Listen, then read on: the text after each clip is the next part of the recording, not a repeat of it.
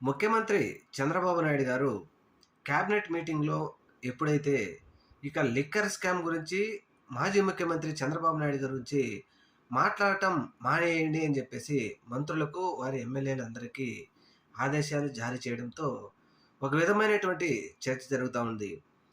ఇది ఇక liquor scam close అయిపోయింది. ఎందుకంటే చంద్రబాబు నాయుడు గారు ఢిల్లీ వాళ్ళతో పలుమార్లు చర్చించి ఖచ్చితంగా జగన్మోహన్ రెడ్డిని మేము అరెస్ట్ చేస్తాం.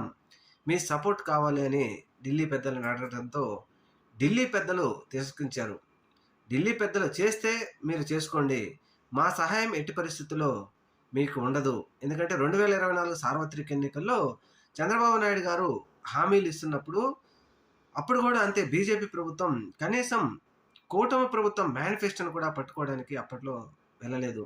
అలాగే ఇప్పుడు జగన్మోహన్ రెడ్డి గారి అరెస్ట్ గురించి కూడా బీజేపీ కావాలంటే మీరు చేసుకోండి, మేము చూస్తూ ఉంటాం, మాకేం సంబంధం లేదు అని చెప్పడంతో చంద్రబాబు నాయుడు గారు వెనక్కి తగ్గారని ఇప్పుడు ఒక భోగట్ట